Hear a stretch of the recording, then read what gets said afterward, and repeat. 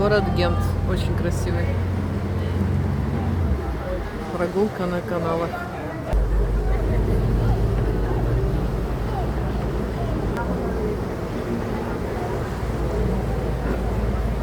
In the year 1500, this bridge is dedicated to him with these 4 statues representing stories and episodes out of his life.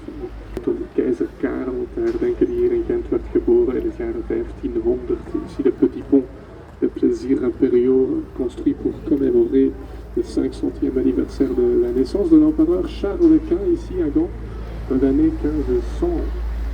Emperor Charles V, or as he was known in Spanish as Emperor Charles V.